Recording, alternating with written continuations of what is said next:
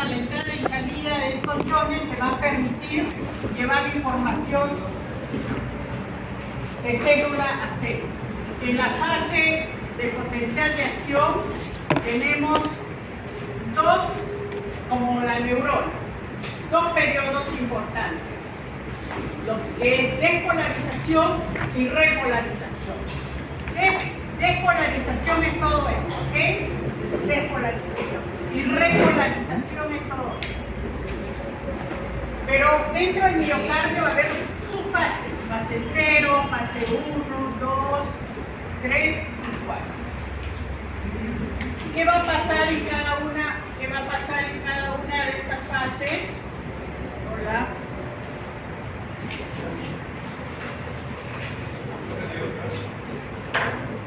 Hola.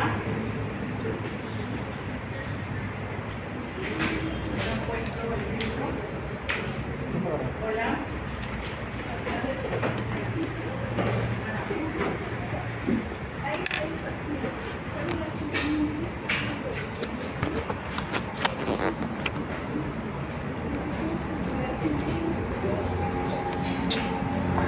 Se ha aprobado.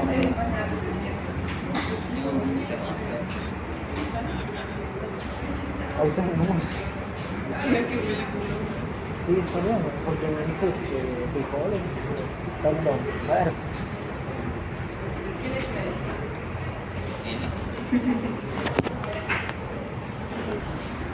Que estos dos periodos tienen 4 subfases de potencial de acción. La gran diferencia es que también les decía, la única célula que tiene meseta es el miocardio. ¿Por qué? Porque aquí va a ingresar gran cantidad de calcio. Este piquito que ven aquí está saliendo potasio lentamente y está entrando cloro.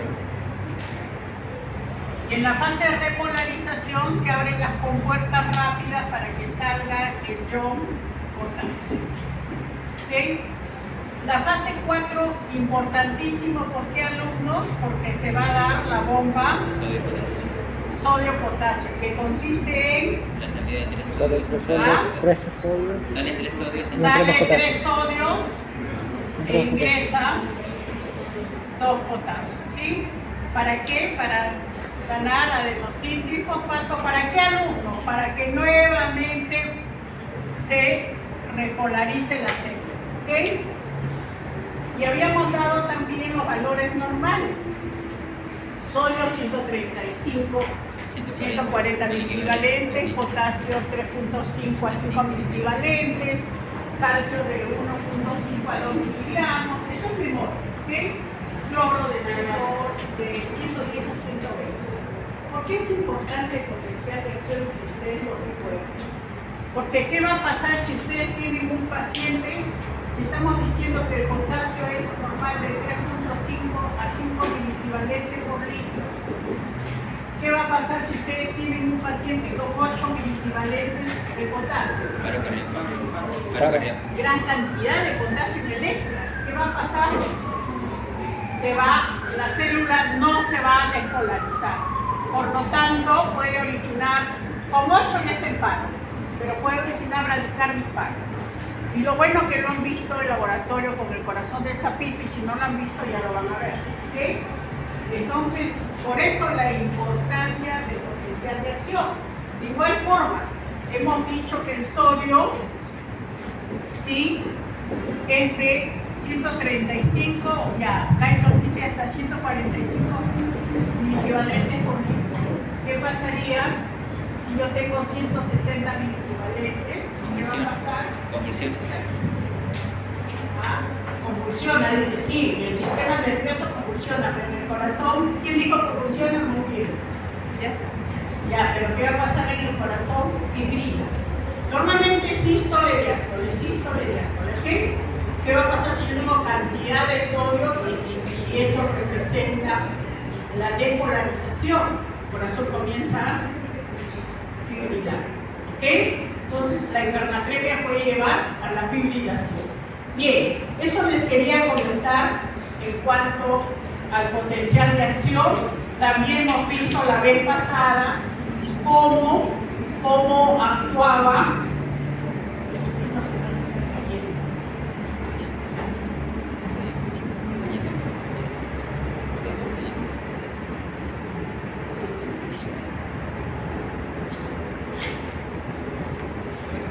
me quiero rojo. Me quiero rojo. Me quiero rojo. Las cosas sí.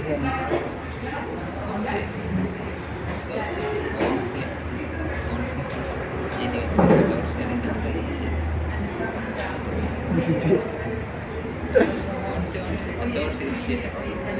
Bien, alumnos, ¿qué más habíamos visto ese día? Por ejemplo, la circulación, que ya lo dijo también hasta la saqué a Lania, no se olviden que pasen su circulación, porque ahora lo vamos a ver mejor. Ahora lo vamos a ver mejor porque hoy día vamos a hablar de ciclo cardíaco y gasto cardíaco. Miren, es bien difícil después que ustedes hayan dado un examen, que están de amanecida y que se concentren, ¿ok? Es bien difícil. Sé que ahora la tecnología nos ayuda porque me están grabando, ¿ok? ¿No? Entonces, cuidado, los profesores también a veces nos confundimos. Entonces, lo que hacemos es como una transmisión del capítulo que ustedes se van a leer, ¿ok? Entonces es importante también que ustedes, después de que hagamos la parte teórica, vayan a hacer sus resúmenes. Y hemos hablado de circulación como bomba, cómo está conformado el corazón, ¿no? Luego hemos hablado de potencial de acción y cuáles son los mecanismos de contracción y relajación. Ahora vamos a hablar de ciclo cardíaco. ¿Y qué es el ciclo cardíaco? El ciclo cardíaco es un proceso en el cual se inicia con una contracción cardíaca y termina cuando se inicia la contracción siguiente. ¿Ok? Vuelvo a repetir, ¿qué es ciclo cardíaco? Ciclo cardíaco es un proceso, para que me puedan entender, que se inicia con la contracción cardíaca y termina con el inicio de la contracción siguiente. ¿Ok? O sea, sístole y diástole. Pero, ¿por qué hablamos de ciclo cardíaco? Porque en el ciclo cardíaco va a haber una serie de eventos de flujo, de volumen, de movimiento, de cinética, de valores de ruidos cardíacos, electrocardiograma, todo está dentro de un ciclo cardíaco. Cuando los cardiólogos y los cirujanos cardiovasculares analizan a un paciente, todo es por flujo, por volumen y por curva. ¿Ok? Yo gasto cardíaco es puras curvas. A mí lo que me interesa aquí en la clase es que ustedes entiendan el momento que voy a hablar de gasto cardíaco, qué es un gasto cardíaco y por qué la importancia del conocimiento del gasto cardíaco. ¿Okay? Entonces, alumnos, en un ciclo cardíaco va a haber toda una serie de eventos, ¿sí? Pero para hablar de ciclo cardíaco, que estoy hablando de flujo, de volumen, de ruidos, de EKG, primero tenemos que saber la circulación normal, y ya lo hicimos la vez pasada. Miren, todos tienen PPT, pero voy a dibujar un ratito para luego bajar, porque si va a estar subiendo y bajando, peor va a ser. Entonces tenemos 4 cavidades: aurícula derecha, aurícula izquierda, ventrículo derecho y ventrículo izquierdo. Tenemos 4 válvulas: la válvula tricúspide, la válvula pulmonar, la válvula aórtica y la válvula mitral. ¿Ok? Tenemos sangre no oxigenada que llega por la vena cava inferior, del miembro inferior y de abdomen, y sangre no oxigenada que llega por la vena cava superior de cabeza del tronco de brazo. ¿A dónde llega? A la aurícula derecha sangre no oxigenada y va a ingresar al ventrículo derecho, y este va a salir, este flujo va a salir por la válvula pulmonar. ¿A dónde? A la arteria pulmonar. ¿Para qué? Para poder oxigenarse. Donde va a haber mecanismo de difusión, donde va a haber mecanismo de perfusión, eso lo vamos a ver mejor en el respiratorio, y por lo tanto se oxigena y va a salir esta sangre oxigenada por las 4 venas pulmonares. Alumnos, las 4 venas pulmonares, vuelvo a repetir, llegan a la aurícula izquierda. Las 4 venas llegan a la aurícula izquierda. La vez pasada también les dije el por qué, ¿no? Porque nacen muchos niños con este drenaje, en vez de drenar en la aurícula izquierda, drenan aquí. Se llama drenaje anómalo de las venas pulmonares y es una patología compleja y tenemos que operarle antes del año a los bebés porque si no se mueren. Claro, porque la sangre oxigenada tiene que llegar al lado izquierdo del corazón, ¿ok? Aquí está llegando al lado derecho. Entonces llega a la aurícula izquierda, pasa esta sangre ya oxigenada, sale del ventrículo izquierdo a través de la válvula aórtica, ¿a dónde? A la, para luego irrigar a todos los demás tejidos. ¿Ok? Bien. Bien, alumnos. Basado en este momento lo que les estoy diciendo, vamos a basarnos en qué consiste el ciclo cardíaco. En todo ciclo cardíaco va a haber 2 periodos. Les voy a dibujar según Guyton, ¿ok? Porque Gano no lo hace así. Les digo porque después dice, doctor, usted se... No, Guyton tal cual. ¿Ok? Este es sístole y este es diástole. La curva del ciclo cardíaco, vamos a ver todo lo que pasa en los eventos del ciclo cardíaco. Pensemos en un minutito, por favor, que sabemos que nuestra frecuencia cardíaca es de 60 a 80 latidos por minuto y pensemos que nuestro corazón está casi vacío, nunca queda vacío, ¿ok? Siempre se queda con un resto de flujo sanguíneo el corazón. Entonces pensemos que nuestro corazón ahorita está en relajación. Si está en relajación, ¿en qué está? En diástole. Ya tampoco quiero hacerle muchas preguntas, pues estarán saturados. ¿Ok?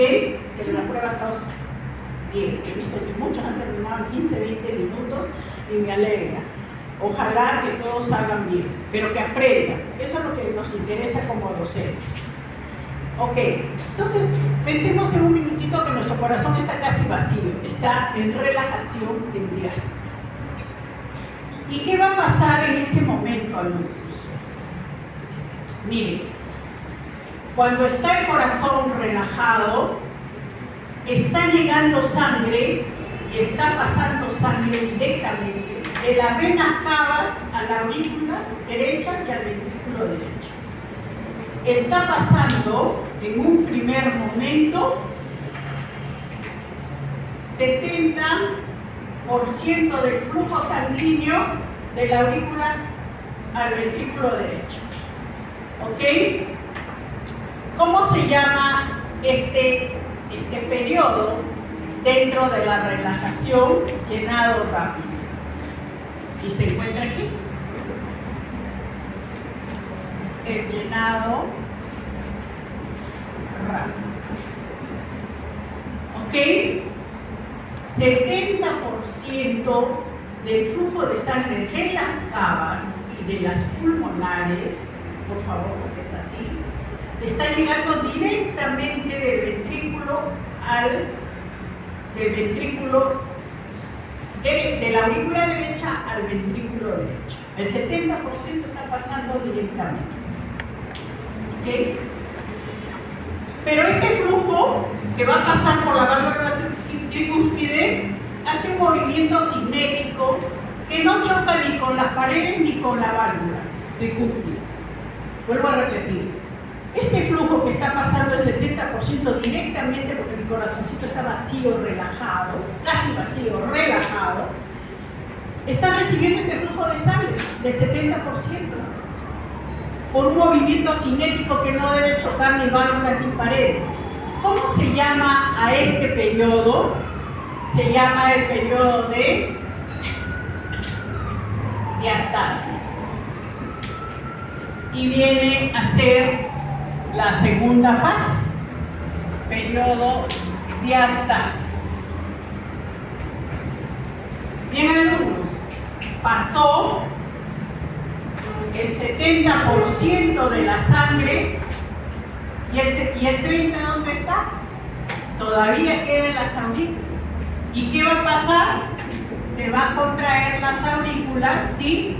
Para pasar el 30% restante. ¿Ok? ¿Cómo se llama ese periodo donde se contraen las aurículas para que pase el 30% restante de la sangre? Sístole auricular. Ok, vuelvo a repetir porque no quiero que se confunda, ¿ya? Y yo diría, qué pena, porque los dos temas son un poquito, gasto cardíaco también complejo a veces. En el ciclo cardíaco va a haber ese inicio de una contracción y termina con el inicio de la contracción siguiente. ¿Por qué se llama ciclo cardíaco? Porque va a haber eventos físicos, mecánicos, eventos de ruido, de volumen, de presión, etc. ¿Okay? ¿Y por qué es importante que lo recuerden? Porque cada elemento que estamos describiendo está relacionado a la clínica médica. Cualquier alteración que pase en lo que yo estoy explicando va a traer como consecuencia una patología cardíaca. ¿Ok? El corazón estaba casi vacío, relajado. ¿Qué válvulas están abiertas en diástole? La pregunta del examen. ¿Qué válvulas están abiertas? Por eso hagan su dibujito. ¿Qué válvulas? Porque está pasando la sangre. Las aurículos ventriculares, la tricúspide y la mitral. ¿Ok? ¿Me están siguiendo o no me están siguiendo? Sí, ¿no? Bueno, al menos espero que me entiendan. ¿Ok? Pero en esta fase de relajación, alumnos, que el corazoncito está casi vacío, ¿sí? Hay tres procesos importantes. Una es llenado rápido. ¿Qué quiere decir ahorita su nombre? Llenado rápido quiere decir que el flujo de sangre pasa directamente de aurícula a ventrículo. ¿Cuánto es? 70%. Ahí está, pasó la sangre.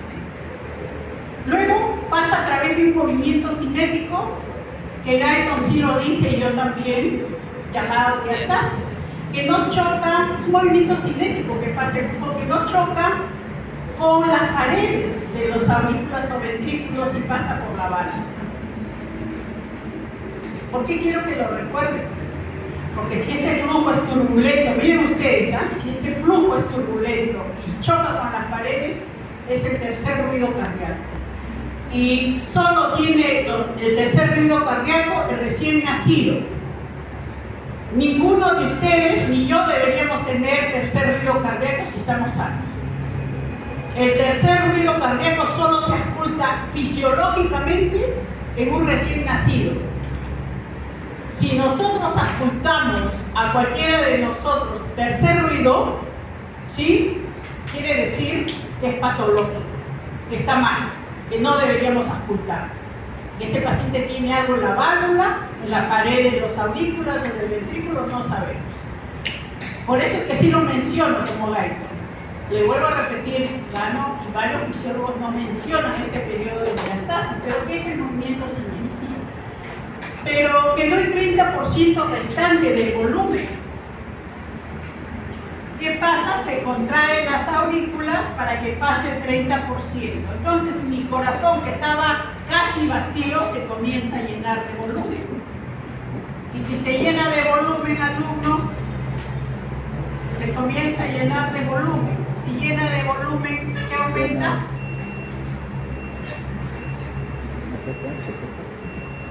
Si el flujo de sangre que está llegando aumenta el volumen, ¿qué va a aumentar?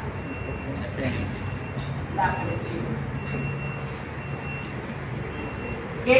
Pasó toda la sangre, 100%, se cierra la válvula auriculoventricular, está llenándose los ventrículos y cuando llega a determinada presión que yo les voy a decir que va a pasar, va a aperturar la válvula pulmonar y la válvula aórtica. Entonces, en la fase de diastasis, pasa rápidamente la sangre, miren ustedes, sigue pasando a través de diastasis, ¿sí? Y la sístole auricular. ¿Qué va a pasar en sístole?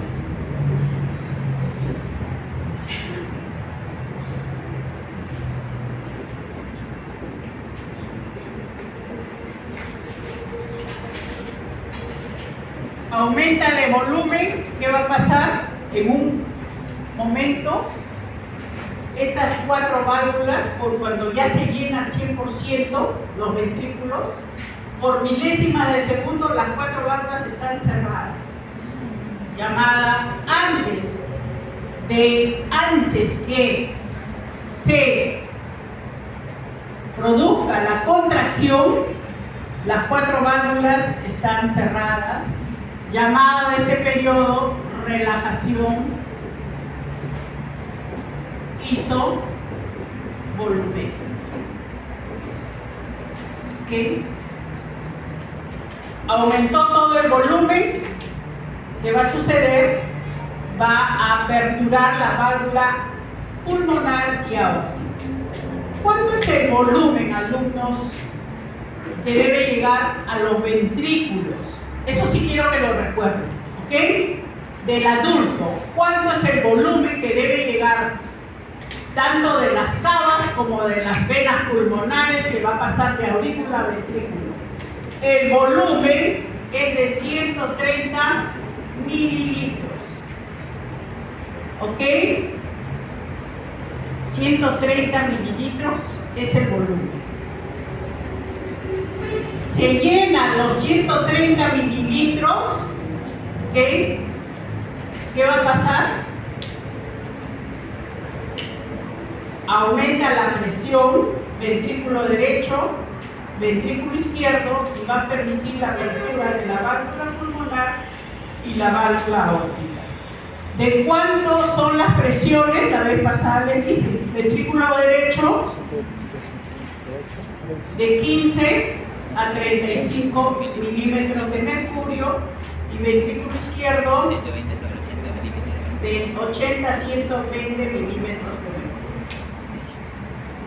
¿Ok? Y eso, cuando la presión en ventrículo izquierdo está por encima de 80 milímetros de mercurio, se abre la válvula aórtica. Y luego viene, en la fase de sístole, viene un solo periodo llamado el periodo eyectivo o de vaciamiento, porque se comienza a vaciar los ventrículos. Pero no se vacía totalmente los 130. Queda ahí 50 centímetros. Siempre va a quedar como reserva 50 centímetros o 50 mililitros, que también es de las válvulas de Tevesi, del endocardio, que también drena. Por eso es que le decía casi vacío. El corazón nunca está vacío. ¿Okay?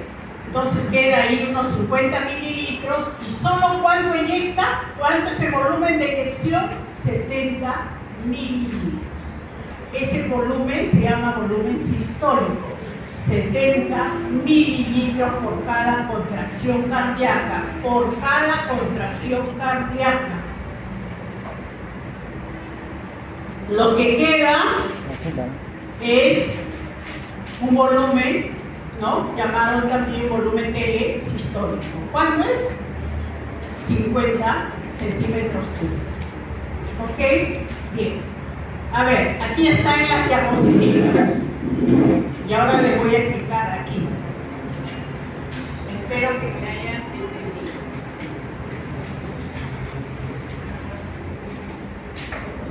Es difícil, pues, la hora del examen, pero espero que me entiendan, porque sí es importante hablar de ciclo cardíaco. ¿Okay?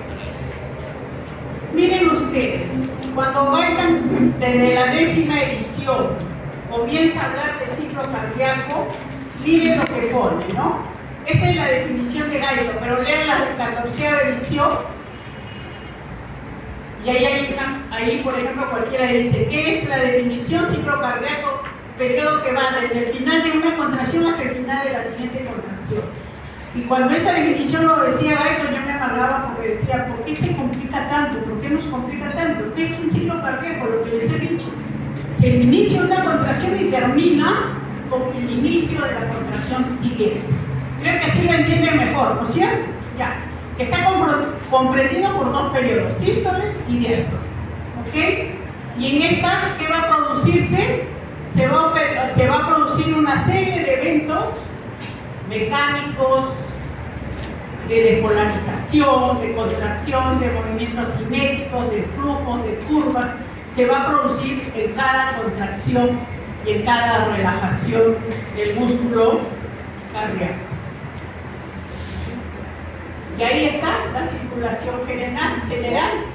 Entra sangre por la vena cava superior, vena cava inferior a la aurícula derecha, pasa al ventrículo derecho, de ahí sube, llega el volumen de 130, lo llena, se cierra la válvula auriculoventricular llamada tricúspide y se abre la pulmonar. ¿Para qué? Para poder inyectar la sangre al pulmón, regresa por las 4 venas pulmonares, ¿no? Aquí están las dos y estas dos, todos drenan en la aurícula izquierda, ventrículo izquierdo, para luego salir por la aorta, en cada contracción cardíaca. ¿Okay?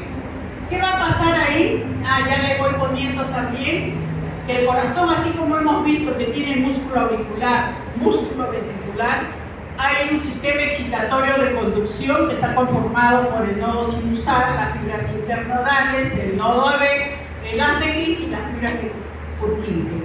Son estas las que van a llevar la conducción eléctrica del corazón, desde aurícula a ventrículo para que se contraigan y se relajen. O sea, la conducción eléctrica va a llevar, ¿con qué finalidad? Para que se produzca la contracción y la relajación, los dos eventos mecánicos, sístole y diástole. Solamente lo estoy mencionando porque eso lo vamos a ver en una clase la próxima semana de sistema excitatorio de conducción. Y aquí está lo que yo les explicaba, el ciclo cardíaco. Miren ustedes, el corazón antes, ahí también olvidé ponerles en la pizarra. Miren ustedes, ¿qué están notando? Aquí el corazón, las 4 válvulas están cerradas. Antes que se abran las válvulas auriculoventriculares, antes que se abran las válvulas auriculoventriculares, para que se llene, se llama el periodo de relajación isovolumétrica. ¿Ok? Miren, comienza a llegar sangre de las cavas, ¿sí? ¿Y qué va a pasar? Pasa de aurícula a ventrículo a través de la fase de llenado rápido, que va a pasar un 70% directamente de aurícula a ventrículo. Está pasando, es así como se ve el flujo, el ecocardiógrafo, cuando hay flujo de sangre, está pasando. Y en esta fase de llenado que se ha aperturado la válvula tricúspide y la válvula mitral. Está pasando sangre del 70% directamente. ¿Qué otra fase tenemos? La fase de diastasis, que es el flujo con que pasa, el flujo cinético que pasa la sangre de las aurículas a los ventrículos sin hacer ningún ruido, ni un chasquido, ni nada. ¿Okay? Para luego pasar a la tercera fase de sístole auricular, donde se contraen las aurículas para pasar el 30% del volumen de sangre que queda. Se contraen las aurículas llamadas sístole auricular para que pase esta sangre de aurícula a ventrículo. ¿Y por qué es importante que se recuerden del sístole auricular? Que se contraen las aurículas. Para que ya vayan viendo en el ciclo cardíaco y en el electrocardiograma, alumnos. Cuando se contraen las aurículas, a su vez está iniciando el marcapaso del corazón, el nodo sinusal. La sístole auricular en un electrocardiograma está representado por la onda P. La onda P del electrocardiograma es cuando se contraen las aurículas, ¿ok? Llamada sístole auricular. Entonces, miren ustedes, pasó los 150 o diré los 130 mililitros, ¿sí? 130 mililitros pasa, comienza a llenarse, ¿y qué va a pasar? Se cierra la válvula mitral y se cierra la válvula tricúspide, pero por milésimas de segundo también está cerrado la válvula pulmonar y aórtica. Cuando las 4 válvulas están cerradas, antes que eyecte el flujo de sangre hacia los grandes vasos, antes de sístole, se llama el periodo, la fase de contracción isovolumétrica. ¿Ok? Se llenan los 130, aumenta de volumen, aumenta de presión, los ventrículos, y luego comienza el periodo sistólico, llamada también la fase de eyección. En el periodo sistólico, alumnos, hay una sola fase, la fase eyectiva. ¿Qué quiere decir? Llamado también vaciamiento, que es el que los ventrículos eyectan hacia los grandes vasos para que se produzca, ¿sí?, la circulación general. Pero ¿qué va a pasar? Ahí esta vez se eyectó y queda un remanente. ¿Cuánto queda? 50 centímetros de volumen, llamado telesistólico. El volumen que queda en los ventrículos se llama telesistólico. Y nuevamente, ¿qué va a pasar?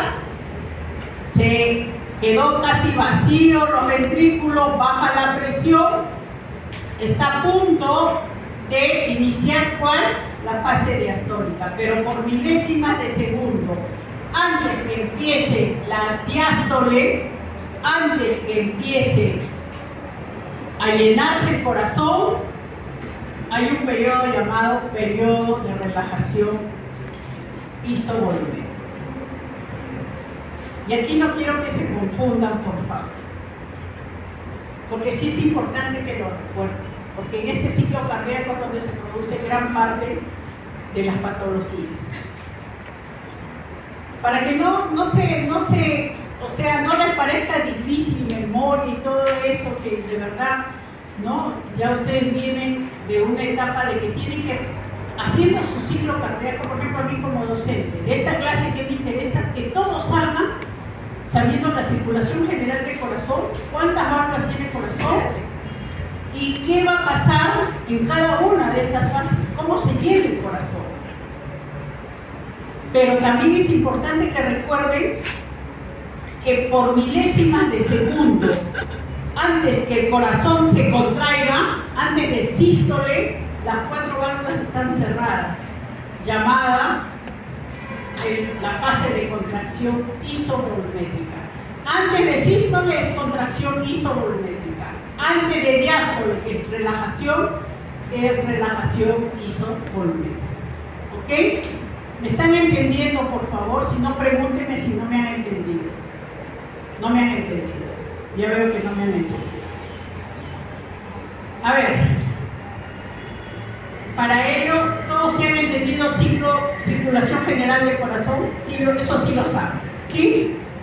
Que llega sangre de la cava, aurícula derecha, ventrículo derecho, pulmonar, llega por las venas pulmonares, aurícula izquierda, ventrículo izquierdo, ahora. Ya, eso es, todo eso se produce en 2 periodos, contracción y relajación. En ese periodo de contracción y relajación va a haber curvas de volumen, curvas de presión, ruido cardíaco, electrocardiogramas. A eso se denomina ciclo cardíaco. ¿Ok? Y otra cosa que quiero que recuerden. Cuando el corazón está lleno ya los ventrículos, en 130 mililitros de sangre, los ventrículos, cuando ya se llenó, por milésimas de segunda, antes que se contraiga, están cerradas las 4 válvulas, ¿ok? Comienza la contracción, ¿sí? Se abre la válvula aorta y la válvula pulmonar. A esa fase, antes que se contraiga y se abran las válvulas, se llama, antes de sístole, se llama el periodo de contracción isovolumétrica. Ahora sí me han entendido. ¿Ok? Y cuando ya se vació todo el corazón, casi todo el corazón, porque hay un volumen sistólico de 70 centímetros que se inyecta de los ventrículos hacia los grandes vasos, el corazón casi se comienza a quedar vacío, ¿sí? Por milésimas de segundo también se cierran las 4 válvulas. A ese periodo antes de diástole se denomina relajación isovolumétrica. Y si no me han entendido, lo van a entender mejor cuando lean, ¿ok? Pero no quiero que se complique, no quiero que se complique. ¿Por qué se va a aperturar y por qué qué va a pasar? ¿Por qué se va a aperturar y por qué se va a cerrar las válvulas? Esto ya les expliqué la vez pasada. Lo vuelvo a colocar y sí tienen que saber algo. El cierre de las válvulas auriculoventriculares y las válvulas semilunares, tanto el cierre como la apertura, se debe a la diferencia de presiones. Para ello, vuelvo a repetir, aurícula derecha de 0 a 8 milímetros de mercurio, ventrículo derecho de 10 a 35, Guyton dice 25, como protocolo es hasta 35 milímetros de mercurio. La arteria pulmonar es igual que el ventrículo derecho, de 10 a 35 milímetros de mercurio, ¿ok? Aurícula izquierda, de 10 a 35 milímetros de mercurio, y el ventrículo izquierdo es igual que la aorta, de 80 a 120 milímetros de mercurio. ¿Por qué es importante que recuerden la presión? Porque ¿qué va a pasar, alumnos? Miren ustedes.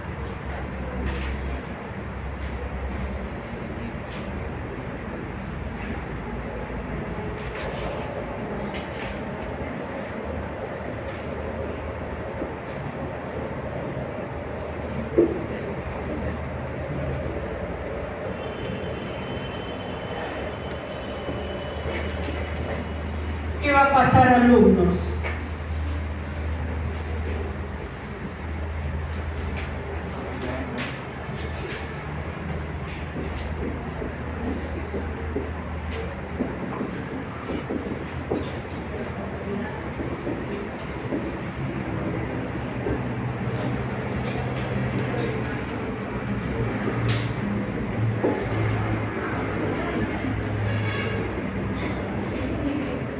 Escúcheme, por favor. No, ya voy a pasar. No, están pasando la lista, pero está bien, pásenlo. Porque con lo que hicieron la vez pasada, voy a pasar, por favor, 4:20 terminan las clases. 4:10, ahí lo voy a terminar para demorarme 10 minutos que voy a pasar lista. ¿Okay? Que no me queda otra, pues. Ok, miren, alumnos, solo un ratito. La vez pasada ya hice este ejercicio, por favor. ¿Qué va a pasar si yo tengo un agujero aquí entre ambos ventrículos, en el tabique que debería estar cerrado? ¿Qué va a pasar? Va a pasar, ¿quién tiene mayor presión? ¿El lado derecho o el lado izquierdo? Esta patología se llama comunicación interventricular. Y en el Perú hay muchos niños, el 50% de las patologías congénitas tienen comunicación interventricular. ¿Y por qué quiero que lo recuerden?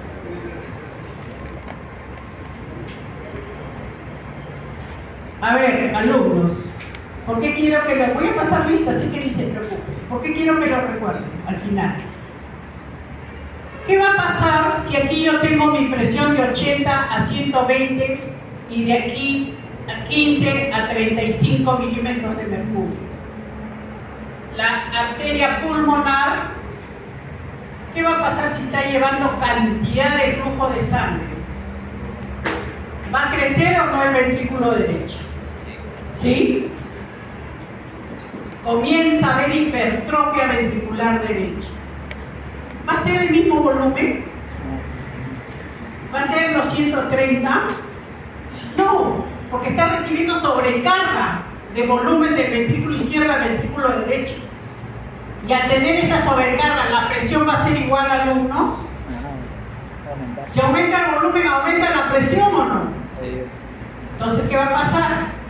Va a aumentar la presión ¿de quién? No solamente del ventrículo derecho, sino también de la arteria pulmonar.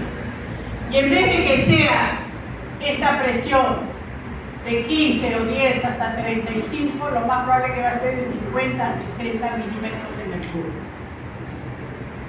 ¿Y qué va a producir esta hipertensión pulmonar?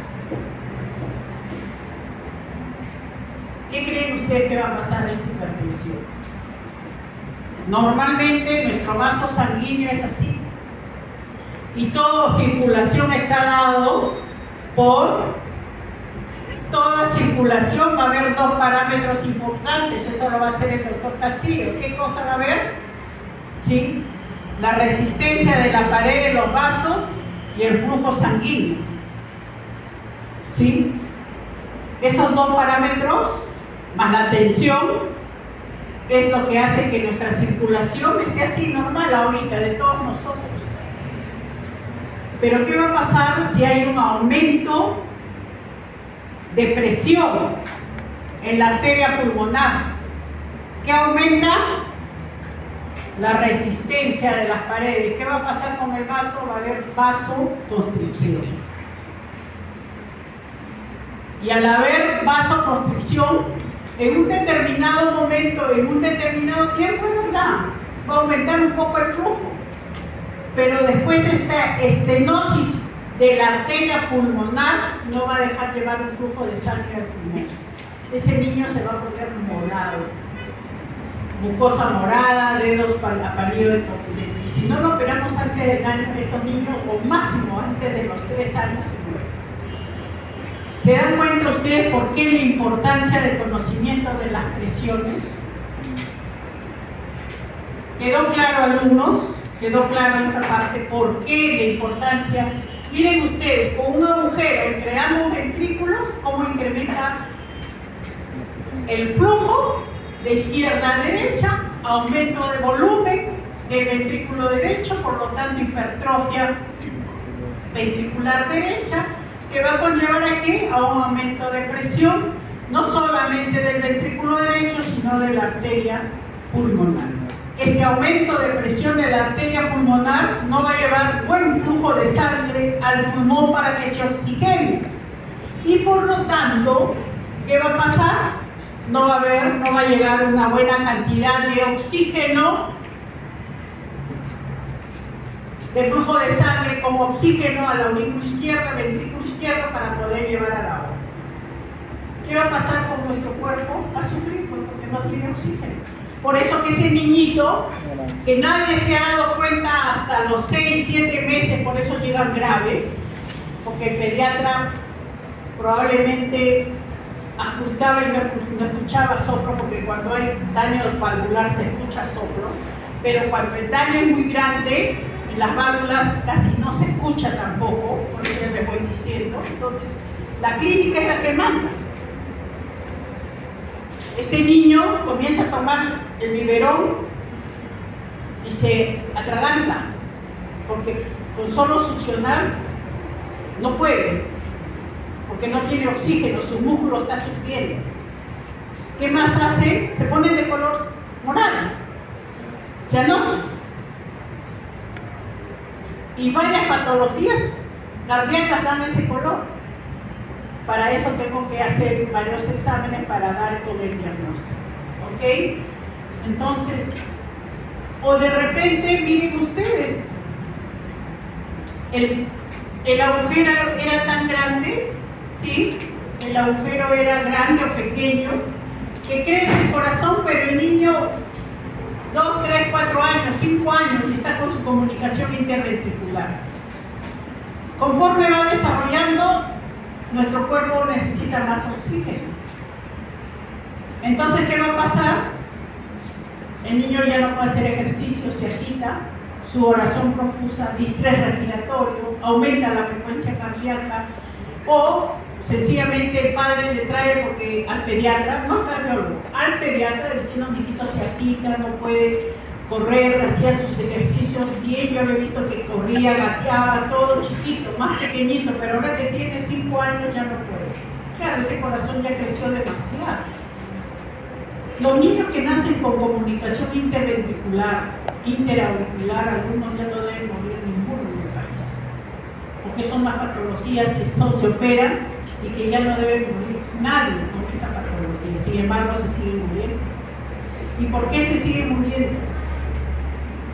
Porque no hay cirujanos ni anestesiólogos cardiovasculares en pediatría.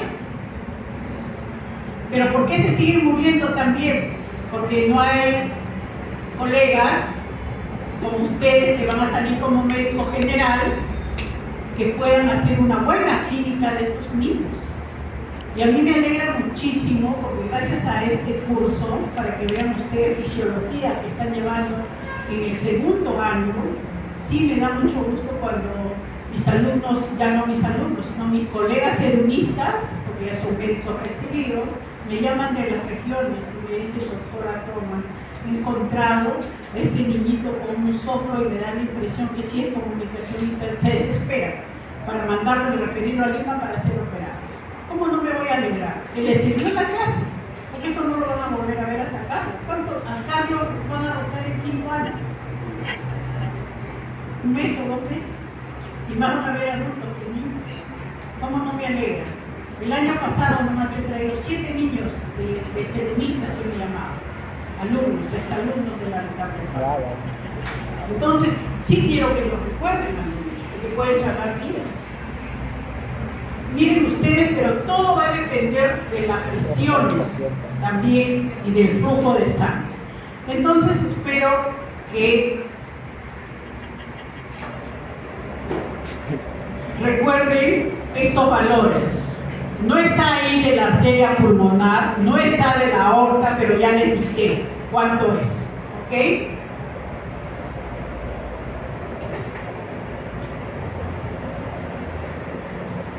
¿Por qué es importante? Miren ustedes aquí. ¿Qué pasó?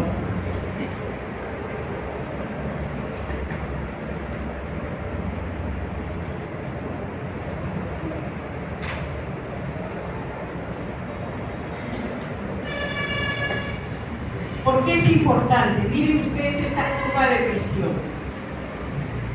La curva de presión de la arteria pulmonar es ancha. Y ustedes sí ven, los hospitales ahora tienen monitores con ecocardiografía y con monitores con esta curva. ¿Y cuánto es la presión? De 15 a 35 milímetros de mercurio. Miren ustedes la curva de la aorta picuda. Es la gran diferencia, ¿ok? De 120 a 80 milímetros de mercurio. Y entonces aquí está lo que dice Guyton, ¿sí? Está el ciclo cardíaco. Y con este diagrama yo voy a explicar ahora las curvas de presión, las curvas de volumen de presión, primer y segundo ruido. Electro no, porque electro les voy a explicar el próximo lunes. ¿Ok? Miren ustedes, y ahí está el ciclo cardíaco. La fase diastólica va a haber, antes que se relaje el corazón, por milésimas de segundo, las 4 válvulas van a estar cerradas antes de diástole. ¿Cómo se llama esta fase?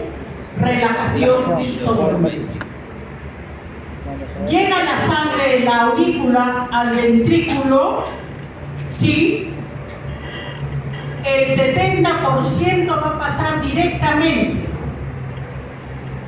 de aurícula a ventrículo. ¿Y cómo se va a ver reflejados, alumnos?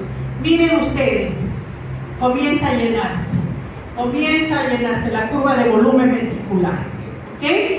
Comienza a llenarse. Pero en este periodo también va a haber otra fase que es la fase de diastasis, que es el pasaje del flujo de la sangre laminar de aurícula a ventrículo. pasa el 70% para luego contraerse las aurículas y que pase ¿qué? El 30% restante. Miren ustedes, este 30% llamado sístole auricular representa la onda P del electrocardiograma. ¿Se dan cuenta? Se llenó los ventrículos con 30, se llenó el ventrículo con 130 de volumen. Por milésimas de segundo, antes que salga el flujo de sangre de ventrículo hacia los grandes vasos, las válvulas se cierran. A este periodo que las 4 válvulas están cerradas antes de la inyección se llama contracción isovolumétrica. Y usted dirá, ¿por qué la doctora me repite cada rato? Porque en ese periodo se abre y se cierran las válvulas alveolares. Y porque también les voy a preguntar en el examen. Ya ves, ya van cuántas preguntas que les estoy diciendo. Vuelvo a repetir, porque en esos periodos de contracción y relajación se abren y se cierran las válvulas. Por eso lo estoy repitiendo cada rato. ¿Ok? ¿Y qué va a suceder entonces cuando ya se abre la válvula pulmonar aórtica? Se está inyectando el flujo de sangre, ¿sí? Miren ustedes, como se está inyectando, el volumen de los ventrículos, la curva de volumen comienza a descender. ¿Quedó claro? Sin embargo, miren ustedes la curva de presión ventricular. Esta es la curva de volumen. La curva de volumen, 70, 100, 130 mililitros, se llenó, se abre ya en el periodo electivo la aórtica pulmonar debido a un incremento de la presión. Hace que se abra la válvula, comienza a inyectar, comienza a disminuir, también comienza a disminuir el volumen y comienza a disminuir la curva de presión.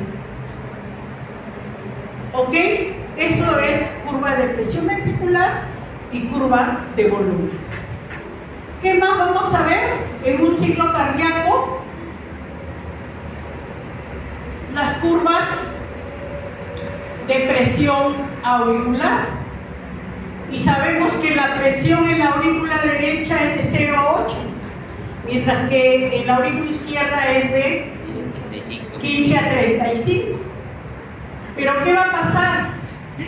Miren ustedes, esta es, ¿ok? Durante la diástole, la curva de presión auricular está pasando el 70% directamente el volumen de sangre, por lo tanto la curva de presión va a ser, si no es 0, es 6, 7, 8 milímetros de mercurio, igual que la cava. ¿Ok? Y cuando se contrae, insisto, la auricular va a aparecer una onda. Como ustedes ven ahí, la onda A. No sé si se ve bien, pero es la onda A. La onda A de la presión auricular se presenta en sístole auricular. ¿Por qué? Porque es cuando se contrae la auricular, por lo tanto hay una curvita que puede llegar a 10 milímetros de mercurio.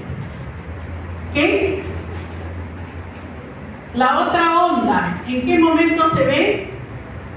La otra onda, llamada onda C de la presión auricular, es producto del cierre de las 4 válvulas. Se cerraron la válvula auriculoventricular y se cerró la válvula pulmonar y aórtica por milésima de segundo, y al cerrarse también hace otra curvita llamada onda C de la presión auricular. Finalmente, se inyecta todo el volumen de los ventrículos hacia los grandes vasos, aquí sigue en 0 o 8. Y cuando las 4 válvulas están cerradas antes de la relajación, se va a ver otra pequeña curva de la presión auricular llamada onda V. O sea, la aurícula tiene su presión auricular, debe ir si es derecho de 0 a 8, si es de izquierdo de 15 a 35, y estas ondas auriculares va a presentar tres curvas, la onda A, la onda C y la onda V. La onda A, dada por el sístole auricular, o sea, contracción de las aurículas. La onda C, cuando se cierran las 4 válvulas antes de la sístole. Y la onda V, cuando se cierran las 4 válvulas antes de la diástole, de la relajación ventricular. ¿Ok? Bien, electro, no les voy a decir, curva de presión de la aorta, sabemos que es de 80 a 100, y ahí están viendo, como les enseñé, la curva de presión de la aorta, es esta picuda que va de 80 a 120. Y lo que sí vamos a ver es primer y segundo ruido.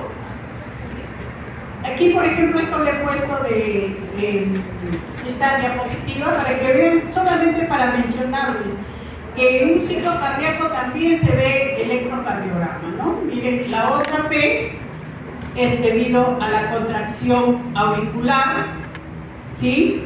Luego pasa toda la sangre. Cuando se llena totalmente, se va a reflejar ¿cuál? La contracción de los ventrículos representado por el complejo QRS. Luego se llenó los ventrículos, se comienza a relajar los ventrículos porque ya se comienza a llevar sangre por ventrículo a los grandes vasos y va a estar representado por la onda T. Solo para mencionar, ¿ok? Solo para mencionar. Esto lo voy a explicar mejor en la siguiente clase. Ahí están las presiones del ciclo cardíaco nuevamente. Esta es la curva de presión ventricular, la que es de rojo, que puede ir de 80 a 120 si es ventrículo izquierdo. La azul es la curva de presión auricular. Miren, la curva A, la curva C y la curva V. ¿Okay? Y luego está la curva de presión arterial de la aorta, que es de 120 sobre 80. Aquí solamente hay una sola. ¿Okay? Bien. ¿Alguna pregunta hasta ahí de ciclo cardíaco, alumnos? Bien. A ver, párense un ratito. Párense aquí nomás para no salir porque nos va a faltar tiempo para empezar gasto cardíaco. Ya, salgan 2 minutos mejor. Sí, salgan. Sí, porque yo ya una clase de examen sin almorzar, sin dormir, como me dicen aquí. A ver, el gasto cardíaco ustedes lo van a ver en Gaito Gano en todos los libros, es complejo, ¿sí? Puras curvas de presión, de diferenciación entre presión arterial, entre curva de volumen, entre flujo de inyección. Y yo les digo algo, ¿ok? Cuando yo enseño cardiovascular, que había enseñado 29 años, a Ricardo Paga 25,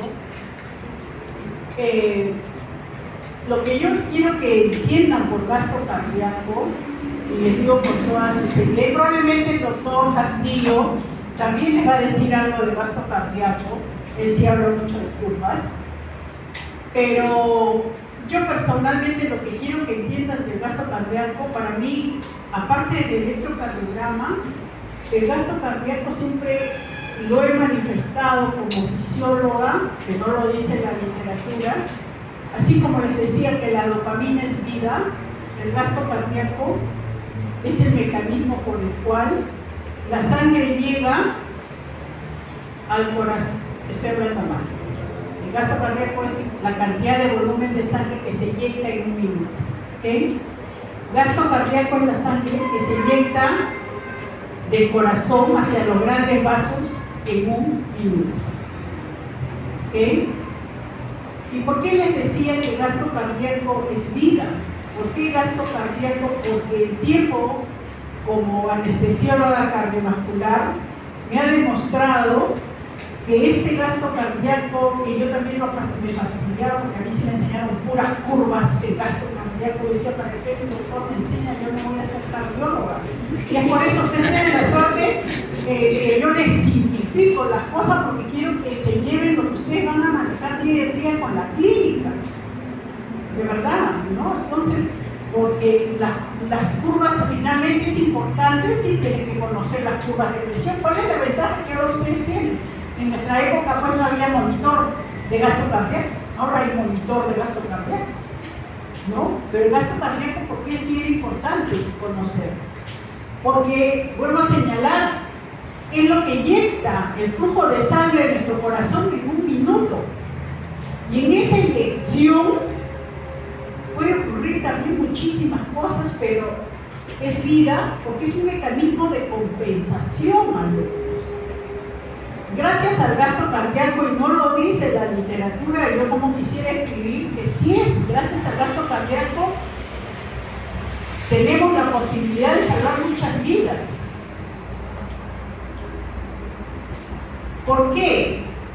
Porque el gasto cardíaco va a representar, si bien es cierto, el volumen de sangre que se inyecta en un minuto, este gran gasto cardíaco va a estar dado por el volumen latido, llamado también volumen sistólico, multiplicado por la frecuencia, ¿ok? En un minuto. El gasto cardíaco está dado por el volumen que se inyecta en un minuto, multiplicado por la frecuencia en un minuto. Y si bien he entendido ciclo cardíaco, ¿cuánto es el volumen que se inyecta en cada contracción? ¿Ah? Muy bien, infanzón. 70 mililitros. Es una constante, alumno. El volumen del adulto muy poco varía en el geronto y en el niño, pero el volumen que siempre se va a inyectar, que es lo más frecuente, es de 70 a 80 centímetros cúbicos, pero para ustedes 70, ¿ok? Es una constante. Multiplicado por la frecuencia cardíaca. Y normalmente el gasto cardíaco va entre 4.5 hasta 7 litros por minuto. Alumnos, estoy diciendo que el gasto cardíaco va, voy a dejar un poquito de pizarra para que me puedan entender. Ya. Al gasto cardíaco, vuelvo a señalar, es igual al volumen sistólico multiplicado, el volumen sistólico multiplicado por la frecuencia cardíaca. Estoy diciendo que el volumen sistólico es una constante. ¿Cuánto es? 70 centímetros cúbicos o 70 mililitros. Lazarte, ¿cuánto es tu frecuencia cardíaca?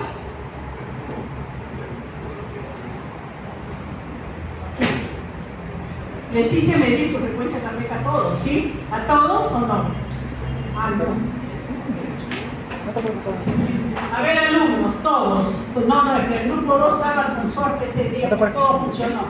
Todos, yo creo que sí, a ustedes. ¿No les hice tomar el pulso? Ah, ok. Todos entonces. 3 deditos en la radial.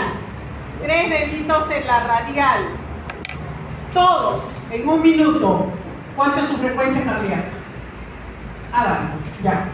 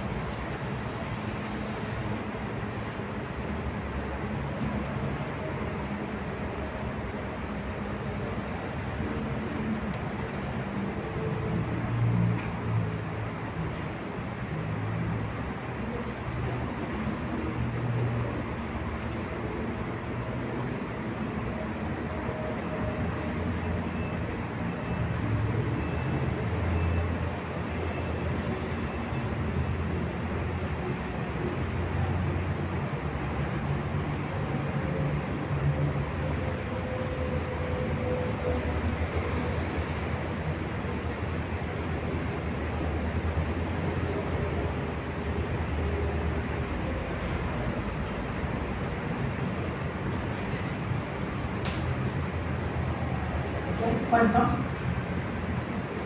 ¿Cuánto? Sí. 75. 65. 67, 75, exacto. 83. ¿Ah? A ver, díganme los que se han medido ustedes. 81, 75, 72, 74, 70. Qué 74. bueno, ya están relajados varios de ustedes después del examen, ¿no? ¿No?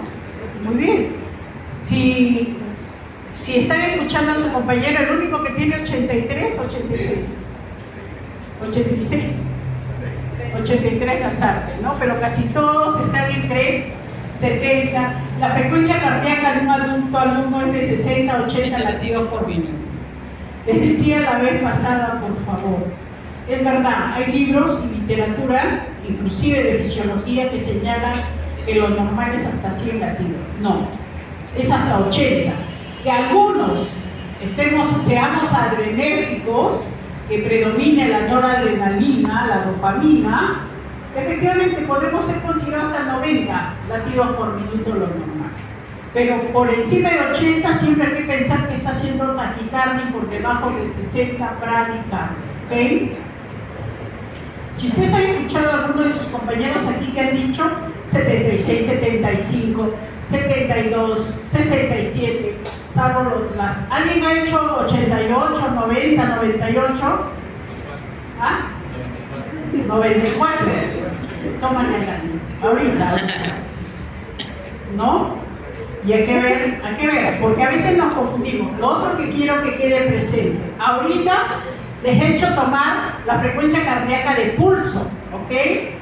A través del pulso diré, pero la frecuencia cardíaca alumnos para la clínica siempre es auscultatoria, ¿ok? Que quede claro, siempre es auscultatoria con el estetoscopio, pero cuando nos tomamos el pulso me da una referencia en cómo está latiendo mi corazón, sino que a veces por determinada patología puede variar, pero casi siempre es la relación, siempre.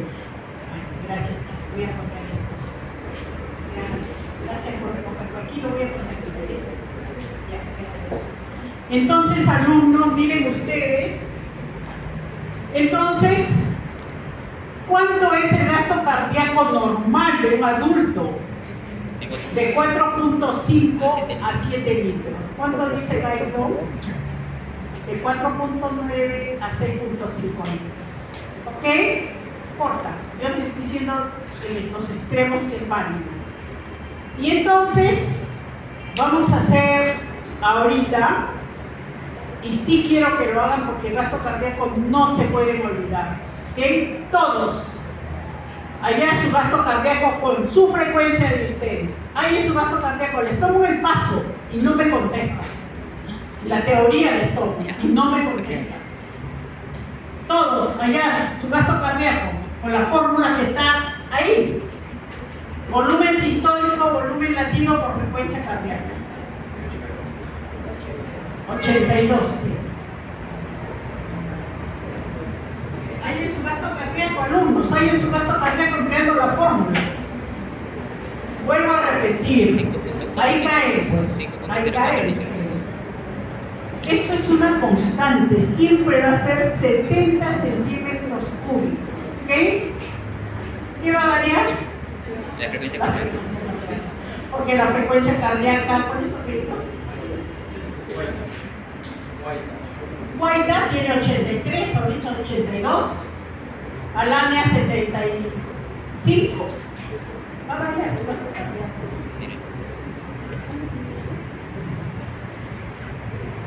¿Ya? ¿Cuántos litros? 5.04.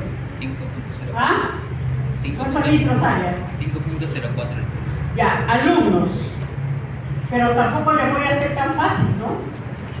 Es la clásica. Me acaba de decir Arias, 5.5 No, 0.4. litros, ¿no? No, 0.4. ¿Cuánto? 5.04. Ya, 5 litros entonces. ¿Ok? Sí, pero ustedes no me van a contestar simplemente 5. Es litros por minuto. Si ustedes no me ponen esto, no vale esa respuesta. ¿Ok? ¿Alguien más me puede decir su gasto cardíaco, alumnos? Los de atrás, que no opinan. ¿Cuánto es su gasto cardíaco, Montenegro? 5.25 litros por minuto o 5.025 centímetros cúbicos por minuto. ¿Ok? A ver, ¿quién más? ¿Atrás? ¿Cuánto? Salinas. ¿Cuánto? 5.250 mililitros por minuto. Entonces, si se dan cuenta, normalmente un adulto alumno se gasto cardíaco si el parámetro es eso, ¿no? El promedio, 4.9 a 6 litros por minuto. ¿Ok? Pero todo gasto cardíaco va a depender de qué? Del retorno venoso. ¿Y qué es el retorno venoso? El retorno venoso es la sangre que le llega al corazón de los miembros inferiores de la cabeza del tronco en un minuto. Vuelvo a repetir. Todo gasto cardíaco depende de quién, de su retorno venoso. ¿Qué quiere decir? Si a mí me llega 5 litros, yo voy a inyectar 5 litros. Si a mí me llega 8 litros, yo voy a inyectar 8 litros. Y entonces ahí viene el por qué les digo que el gasto cardíaco es un mecanismo de compensación de la vida. Ejemplo, y yo voy a poner mi ejemplo. ¿Ok? Yo peso 72 kilos. Comiencen a hallar mi gasto cardíaco.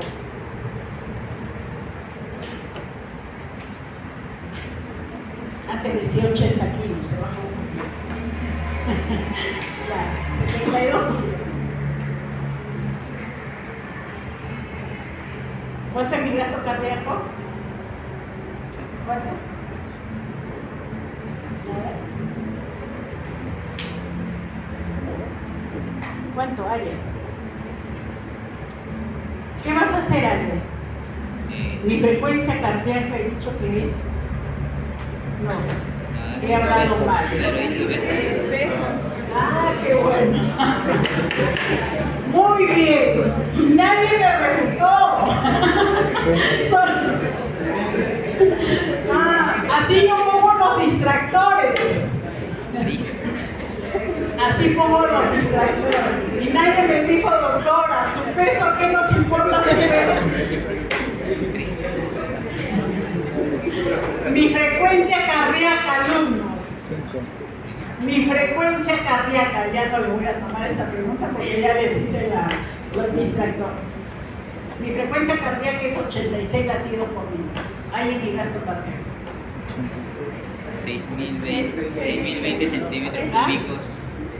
6.2 litros, ¿ok? Ya, 6 litros, ¿ok? Para que quede, ya, ese es mi gasto cardíaco, ¿ok? Soy adrenérgica, 84, 86 es mi frecuencia cardíaca. Y eso es lo normal ahorita, inclusive dictando clase, pero ¿qué va a pasar, alumnos? Cuando yo subo, miren, desde el primer piso hasta el cuarto piso de nuestra facultad. ¿Cuánto es mi frecuencia cardíaca? Contabilizado 146. Cuando subo 4 pisos, no 3, 4 pisos. ¿Cuánto es mi gasto cardíaco? 10.200. 10 litros. ¿Sí? Pero mi corazón está acostumbrado a recibir 6 litros en todo momento. Entonces, ¿qué va a pasar? Si yo subo los 4 pisos, mi corazón no va a recibir 6 litros, va a recibir 10 litros. ¿Y quién me permite recibir esos 10 litros? O sea, mi retorno venoso es 10 litros cuando subo los 4 pisos, porque aumenta mi frecuencia cardíaca. Y entonces, ¿qué va a decir el corazón? No, yo solamente te recibo 6 litros, los otros 4 que se devuelvan. No, alumnos. Lo recibe los 10 litros. Porque ese es el mecanismo de compensación. ¿Y por qué tiene ese mecanismo de compensación nuestra fibra miocárdica? ¿Por qué nos permite recibir esa cantidad extra? Porque tiene mecanismos extrínsecos e intrínsecos que van a permitir que este corazón reciba ese volumen. Igual que los deportistas, igual que la gente que corre. ¿O ustedes creen que cuando corren su frecuencia cardíaca es igual? No, nuestra frecuencia por estimulación del sistema nervioso simpático hace que estimule el nodo sinusal. Y por lo tanto nuestra frecuencia ya va a ser 60, 70, ¿no? Nuestra frecuencia cuando hacemos ejercicio, los que hacen deporte extremo o los que hacen deporte frecuente, sí, es verdad que pueden tener igual o menos su frecuencia cardíaca. Pero por ejemplo yo, que soy sedentaria, que no hago ejercicio, miren, 4 pisos, 135, casi por poco voy a llegar a duplicar. Y es porque este corazón no está acostumbrado al ejercicio. ¿Se dan cuenta? Y entonces, pero sin embargo lo recibe. ¿Pero cómo llega? No con la justa, ya lo doy. Antes tenía 8 pisos, ahora ya no. ¿Se dan cuenta? Con el tiempo cómo va, y es porque no hago ejercicio.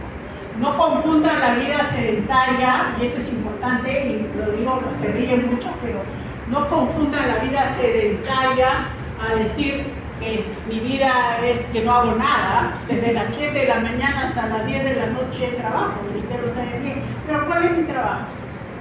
En el instituto solo me paro cuando voy a ver al paciente, si no estoy sentada horas de horas en reuniones o firmando papeles. Sedentarismo puro. Aquí con ustedes, seminario, sentada, a veces me paro. Laboratorio, o me paro o me siento, pero más parada. Y a veces camino un poquito. Eso es sedentarismo. Por eso que mi corazón no está acostumbrado. Y por eso que el estímulo del sistema nervioso es un mecanismo intrínseco, por ejemplo, para regular el gasto cardíaco. Pero ¿cuál es el mejor? ¿Cuáles son los componentes y los estímulos que van a ayudar este gasto cardíaco? Miren, alumnos, hablar de gasto cardíaco tiene 2 componentes importantes que regulan, estoy hablando que regulan el gasto cardíaco. La presión arterial, miren todas las presiones que tenemos. Vuelvo a señalar. Hay 2 mecanismos que regulan la presión arterial. Hay 2 mecanismos que regulan el gasto cardíaco. La presión arterial y la resistencia vascular periférica. ¿Ok? Los 2 mecanismos que regulan el gasto cardíaco es la presión arterial y la resistencia vascular periférica. ¿Y qué es la resistencia vascular periférica? ¿Alguien me puede decir qué es la resistencia vascular periférica? Resistencia vascular, ¿qué es? Ya lo dan, ¿no? Pero existen otros vasos. Aló, ¿por qué? ¿Por qué el tipo 2 me responde todo? La resistencia de los vasos, ya, es lo mismo, resistencia. Es la, ¿ya?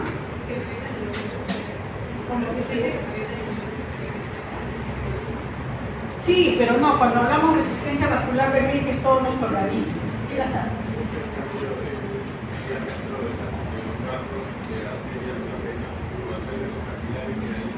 Efectivamente, la resistencia que ofrece las paredes de los vasos. A eso se llama resistencia vascular periférica, de arteria, de arteriolas, de venas, de vénulas. Cuando hablamos periférica es de todo nuestro tejido, de músculos y vísceras. Cuando hablamos de resistencia vascular central estamos hablando de aorta y pulmonar. Pero cuando cada vez que ustedes escuchen resistencia vascular periférica es músculos de nuestro cuerpo, vísceras de nuestro cuerpo. Esa resistencia vascular, todos los vasos que irrigan nuestro cuerpo tiene una determinada resistencia vascular para que se lleve el flujo sanguíneo y a través de eso el oxígeno. ¿Ok?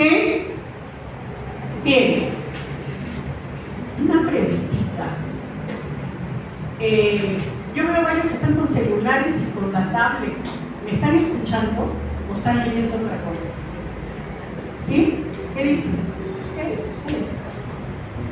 ¿Sí? Ok. Entonces, alumnos, miren ustedes, muy bien, gracias, muy bien. Ya les pasé también y ustedes dirán, la doctora sigue con las mismas diapositivas a veces de los ciclos anteriores. Sí, he cambiado hace 2 años, pero sí, es verdad, ya le colgué el PDF porque no me alcanza a cargar el PowerPoint. Alumnos, entonces yo les decía que el gasto cardíaco va a tener mecanismos que van a 2 mecanismos que regulan el gasto cardíaco: la presión arterial y la resistencia vascular periférica. Pero aparte va a haber mecanismos que controlan el gasto cardíaco. ¿Qué controlan el gasto cardíaco? ¿Cuáles son? Mecanismos intrínsecos y mecanismos extrínsecos. Intrínsecos, propios del gasto cardíaco, propios del corazón, no sinusal músculo. ¿Cuáles son estos mecanismos intrínsecos que van a regular el gasto cardíaco? La ley de Frank-Starling, el nodo sinusal y la contracción cardíaca a través de un mecanismo de escalera que ahorita les voy a explicar. Vuelvo a repetir: mecanismos intrínsecos que controlan el gasto cardíaco es la ley de Frank-Starling, viene a ser el nodo sinusal y el miocardio propio llamado fenómeno de escalera. ¿En qué consisten estos mecanismos? La ley de Frank-Starling, ¿qué nos dice, alumnos? No les voy a decir la fórmula, lo que quiero es que interpreten el concepto. La ley de Frank-Starling concluye en que el miocardio, las fibras miocárdicas de nuestro corazón, tienen la capacidad de distenderse. Esa es la ley de Frank-Starling, la capacidad de distensión. Es por eso que yo debiendo recibir, como en este momento, 6 litros, y cuando subo 4 pisos estoy recibiendo 10 litros, gracias a esa capacidad intrínseca de Starling, que dice que mis fibras miocárdicas tienen la capacidad de distenderse. Pero así como tienen la capacidad de distenderse, ¿qué otra cosa dice? Que este gasto cardíaco va a estar regulado por el nodo sinusal. ¿Por qué? Porque si así como se distiende para recibir estos 10 litros, se estimula el nodo sinusal, también hay distensión del nodo sinusal. ¿Y qué va a provocar esto? Aumento de la frecuencia cardíaca. Por eso que mi frecuencia ahorita que estoy dictando clases 86, pero si subo los 4 pisos es 135. Ahora bien, se distendió para recibir los 10 litros. Se estimula aumentando la frecuencia cardíaca. ¿Y en qué consiste este fenómeno de escalera? Que es el tercer mecanismo que va a regular intrínsecamente el gasto cardíaco. En que como hay una contracción frecuente y con fuerza, ¿qué va a pasar? Se va acumulando el calcio.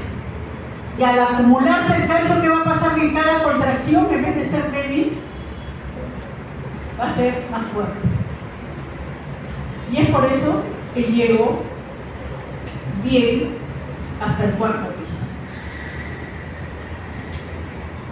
Y solo para que me entiendan, alumnos, ¿sí? Conmigo mismo voy a hacer ejemplo, y no es que me esté inventando, sino es real, ¿ok? Yo hice un posgrado en Alemania en anestesia cardíaca. Entonces, miren, ahí los alemanes no usan ascensores, alumnos. Y aquí veo a tantos jóvenes usar ascensor por 4 pisos aquí. Y me da mucha pena a veces. Y otra cosa, alumnos, Y siempre es bueno, yo soy coordinadora del curso y también soy tutora de la facultad. Hago tutoría a los alumnos que están y a aquellos que no están yendo en la facultad. En primer lugar, y ahí voy a, antes de seguir, ahorita me he recordado que he hablado del ascensor. Ustedes son jóvenes, y si hay maestros o sus profesores, ¿no les parece? Primero el saludo, ¿sí? Buenas tardes, doctora, buenas tardes, doctor, o profesor, o miss, porque así a veces nos dicen, ¿sí? Y luego siga usted. No hay ese respeto, se perdió, no de todos sabemos, pero me da mucha pena ver eso. Y eso no se veía antes. Ustedes son jóvenes y los valores se traen de casa. No, aquí no les voy a enseñar eso. Eso es de casa. Buenos días, buenas tardes, buenas noches. Entran todos al ascensor y en vez de decir, siga usted, yo soy joven. No, ustedes son jóvenes, ¿no? Siga usted. ¿Cuántos profesores no pueden subir las escaleras porque tienen dificultad? Los jóvenes profesores perfectos como yo hace, ¿qué pues será? 5 años atrás, todo era escalera, no había ni ascensor. No había, en la facultad no había ascensor, todo escalera. Y lo que es peor, alumnos, miren lo que está pasando y ustedes lo están viendo y espero que esta promoción no sea así. Bien claro dice el ascensor de la facultad, clarito, adentro y afuera, 4 personas. No hay día a la semana, será 2 veces a 3 veces a la semana que vengo, que ese ascensor está malogrado porque han subido 6, 7. Caso omiso total de lo que dice el letrero. ¿Se dan cuenta ustedes? Entonces, un poquito me he salido del tema ahorita que me he recordado el ascensor. Vuelvo a mi caso real. En Alemania todo es, los médicos no suben por ascensor, todos, ¿ah? Hasta mi profesor, que él era mayor que yo, ¿no? Y por eso me dijo Zulema, vamos a subir al 8º piso a evaluar a un paciente. Yo cuando dije octavo, no les estoy contando hace 10 años atrás, 8º piso, dije sí voy a llegar. Si llegaba normal hasta el 5º piso, dije sí voy a llegar. Alumnos, en el 6º piso claudiqué. ¿Qué quiere decir claudiqué? Que mi frecuencia ya no era 35 latidos por minuto. Mi frecuencia era 186 latidos por minuto. Y él se dio cuenta como buen cirujano cardiovascular, porque me puse pálida y comencé a hacer, y ya no podía, de verdad. Si me exigía más, definitivamente me iba a desmayar. ¿Por qué, alumnos? ¿Qué está pasando con estos mecanismos intrínsecos? Si son mecanismos que compensan este gasto cardíaco, la ley de Frank-Starling, el nodo sinusal aumentando la frecuencia cardíaca y la concentración de calcio, ¿qué va a pasar si yo tengo una gran cantidad? Para mí subir 8 pisos era una gran cantidad de retorno venoso, ya probablemente no era 10 litros. Si 185, ¿cuánto la casi cubrí? ¿No? Me puse pálida, me vino un dolor intenso en el diafragma. ¿Por qué? Porque hay momentos en que este corazón se hace insuficiente, pues alumnos. Por eso los gerontos, los adultos mayores, no hay que exigirles ejercicio solo suave. Estoy hablando de aquellos gerontos que no están acostumbrados a hacer ejercicio, porque pueden hacer insuficiencia. ¿Se dan cuenta ustedes por eso la importancia del conocimiento del gasto cardíaco? Porque hay un tope. Guyton es verdad. Guyton dice que hasta 35 y ahora lo último, la 14ª edición dice 44 litros puede recibir este corazón en un deportista extremo. En mi experiencia como anestesióloga cardiovascular, que también he dado en su momento anestesia cardíaca a adultos, máximo he visto un deportista 22 litros. Nunca, en 34 años, he visto 25, 35, 44, como dice Guyton, ¿no? Pero Guyton no dice que ese corazón puede recibir, un deportista puede recibir. Entonces ya les expliqué los mecanismos intrínsecos. ¿Cuáles son los mecanismos extrínsecos, los que están fuera del corazón? Y ahí viene que se está durmiendo, están cansaditos. Los mecanismos extrínsecos, nuevamente, el sistema nervioso autónomo, ¿sí?, que está dado por el sistema nervioso simpático, que va a aumentar la frecuencia cardíaca, que va a aumentar la contracción cardíaca, que va a aumentar el flujo de sangre a través de los vasos y que a su vez va a aumentar la presión arterial. ¿A través de qué receptor? Receptores beta 1. ¿Por qué? Porque la noradrenalina es el neurotransmisor de las fibras simpáticas. Y sabemos que la noradrenalina tiene receptores alfa 1, beta 1, alfa 2, beta 2. Aquí, ¿cuál es la que predomina en aumento de contracción y de frecuencia? ¿Qué receptor? Beta 1. ¿Ok? Las fibras parasimpáticas, cuyos neurotransmisores, la acetilcolina, ¿qué va a producir en el corazón? Disminución de la frecuencia cardíaca, bradicardia. Disminución de la contracción cardíaca, si no lo que han hecho la práctica, no del corazoncito, cómo se dilata totalmente con el potasio, por supuesto, pero que ayuda a que ingrese mayor cantidad de estimulación la acetilcolina. ¿Qué más produce la acetilcolina en los vasos? Vasodilatación. ¿Ok? ¿Y qué otros mecanismos hormonales, como la adrenalina, la noradrenalina, o como que va a aumentar también la frecuencia cardíaca, que aumenta la contracción, o todo lo contrario, la adenosina, que produce vasodilatación y disminución de la frecuencia cardíaca? Y cuando hablamos de hormonas tiroideas, ¿a qué nos estamos refiriendo, alumnos? Las hormonas tiroideas, que lo vamos a ver en endocrino, tiene que ver con el metabolismo. Y al hablar de metabolismo, va directamente proporcional al gasto cardíaco. El gasto cardíaco va a depender de nuestro metabolismo. El gasto cardíaco va a depender de la edad. Va a depender si hacemos ejercicio o no hacemos ejercicio.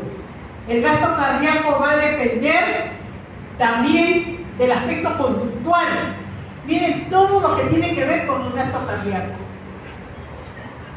Cuando hablamos de metabolismo, la hormona tiroidea, su principal función, y lo van a ver en endocrino, es la regulación del metabolismo corporal a través de la captación de oxígeno, salida de CO2, tanto la hormona tiroidea. ¿Y qué es metabolismo? ¿Qué es metabolismo? Son las reacciones bioquímicas que ustedes están estudiando. Hablar de metabolismo son las reacciones bioquímicas que se producen en todas las células. ¿De quién depende eso? La hormona tiroidea. ¿Ok? ¿No te gusta que te mencione bioquímica? Ah, no, ella... Bien, la insulina. ¿Por qué la insulina también tiene que ver algunos? Porque la insulina permite que introduzca la glucosa a la célula. La insulina también lo vamos a ver en endocrino, lo van a ver, es el que tiene que introducir, es el mecanismo de transporte de la glucosa. Si no hay glucosa en células, no se produce nada. Entonces miren todo lo que regula el gasto cardíaco. Y aquí esto lo he puesto solo para que vean lo siguiente, ¿ya? Lo voy a decir como ejemplo, por favor. Y a algunos les he contado en el seminario. Varios de ustedes están conmigo en el seminario. ¿Por qué cuando les digo a ustedes que el gasto cardíaco es vida, por qué la importancia que lo recuerden? De esta niñita que a mí me sorprendió, de 5 años, que le encontraron después de 5 horas, cuando el auto se cayó, un ómnibus en Matucana, y se cayó al río, 1000 metros hacia abajo. ¿Sí? Esta niñita, a las 5:20 fue el accidente y la niña fue encontrada a las 8:40. por unos pobladores, ahí entre las piedras, cerca del río. Viva, inconsciente pero viva. Y una pierna, la pierna derecha, colgando por piel, solo colgando por piel. ¿Qué arteria tenemos ahí, alumnos? En la pierna principal, la femoral. ¿Cómo sobrevivió esa niñita de él? ¿Cómo sobrevivió? Porque llegó al instituto a las 10:15 con 42 latidos por minuto y con una hemoglobina de 5.4. ¿Cómo pudo sobrevivir? ¿Gracias a quién? Al gasto cardíaco. ¿Por qué hablemos? El accidente ha sido 5:20. La criatura se ha caído, se ha lacerado toda la pierna, totalmente, ¿cómo se dice?, triturada por las piedras, ¿ok? Atriccionada, ese es el término. Atricción, término médico. Atricción, la pierna derecha. ¿Por qué sobrevivió? Primero porque la femoral formó el trombo rojo, gracias a Dios, y no permitió que siguiera con hemorragia. Segundo, las primeras horas, les aseguro que las primeras horas de esta niña, 6, 7 de la mañana o 6 de la mañana, su frecuencia cardíaca no era la que ella tenía. De 5 años tienen 100 latidos por minuto, debido a que había perdido casi 1,5 litros, 2 litros de sangre. ¿Cuánto era su frecuencia cardíaca? ¿Saben con cuánto llegó la niña de frecuencia cardíaca? 186 latidos. ¿Por qué? Porque no había oxígeno, ¿no es cierto? Su cuerpo había perdido más de 1,5 litros, toda la pierna. Eso lo salvó al niño. El gasto cardíaco que compensa ese mecanismo de pérdida.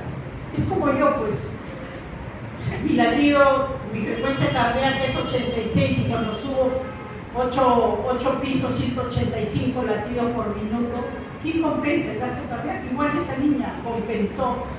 Pero si la niña seguía sangrando, y no se formaba ese trombo rojo en la femoral, lo más probable es que la niña hubiera fallecido. ¿Por qué, alumnos? ¿Por qué? A ver, ¿quién me dice? Fácil. ¿Ah? Falta de irrigación. Sí, pero ¿qué pasó si no se hubiera trombosado la femoral? ¿Ah?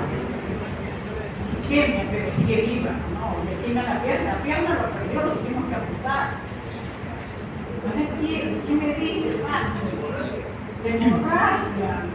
¿Qué va a bombear el corazón si ya no tiene sangre? ¿Qué es el gasto cardíaco? ¿Qué es el gasto cardíaco? Es la capacidad que tiene el corazón de bombear, de inyectar el flujo de sangre en 1 minuto. Si no tiene sangre, ¿qué va a inyectar?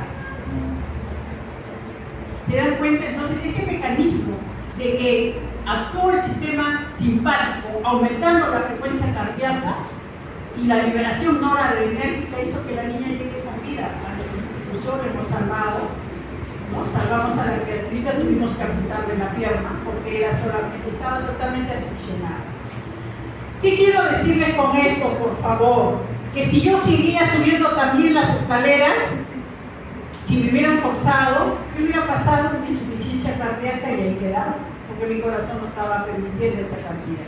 O sea, cuidado, el gasto cardíaco tiene un límite, la distensibilidad tiene un límite, pero gracias al gasto cardíaco que tiene la ley de Frank Starling, la distensibilidad, la estimulación del nodo sinusal a través de las fibras simpáticas y la acumulación de calcio que hace que se contraiga más, el paciente sobrevive. Si no, miren ustedes, ¿no? Todos los accidentados que ahí llegan con vida y les va a llegar con vida en la emergencia, gracias al gasto cardíaco. Pero si sigue sangrando, definitivamente no hay nadie que lo salve, porque si sigue sangrando ya no va a haber sangre que va a inyectar. Muchas veces ha pasado eso en sala de operaciones cuando se rompe la aorta o se rompe la aneurisma, estoy hablando mal, cuando se rompe la aneurisma de la aorta o cuando se rompe, por ver la arteria cerebral, la meningia.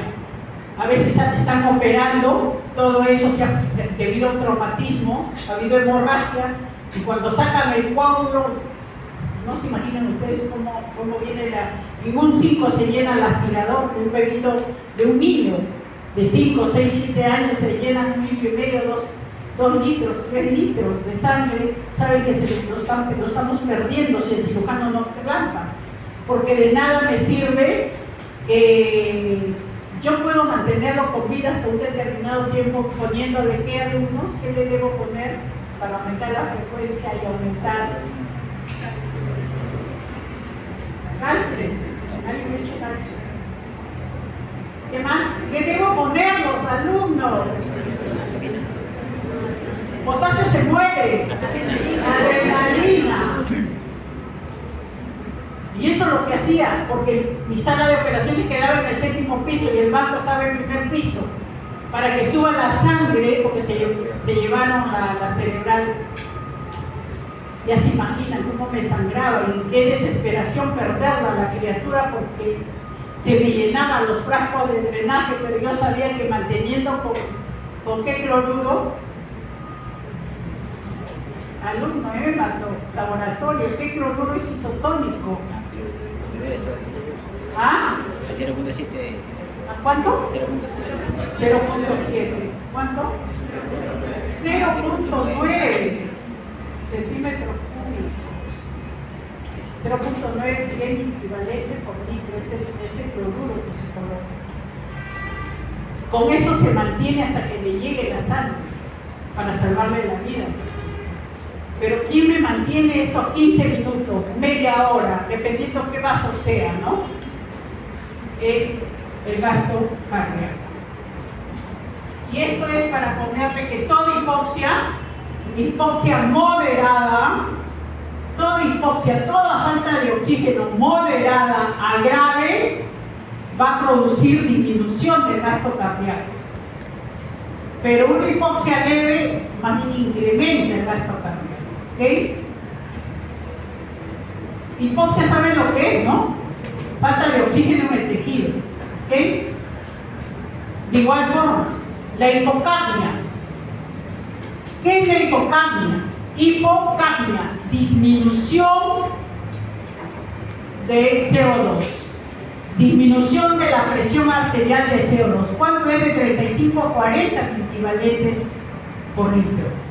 ¿Qué va a pasar si es que el paciente, los ancianos alumnos, los ancianos, sus abuelitos, que muchas veces se le da diazepam, alprazolam, para que no molesten, ¿no? Les hacen dormir, las empleadas, cuidado, las enfermeras, las técnicas, les dan para que duerman, porque el anciano se despierta frecuentemente. Lo que más predomina, y no lo he escuchado en neuro, rey o rey, ¿qué predomina? En los ancianos, ¿qué predomina? Rey o rey. Se despierta con facilidad. ¿Ah? Rey, que me acaban de analizar, ¿no? ¿Qué predomina? Rey.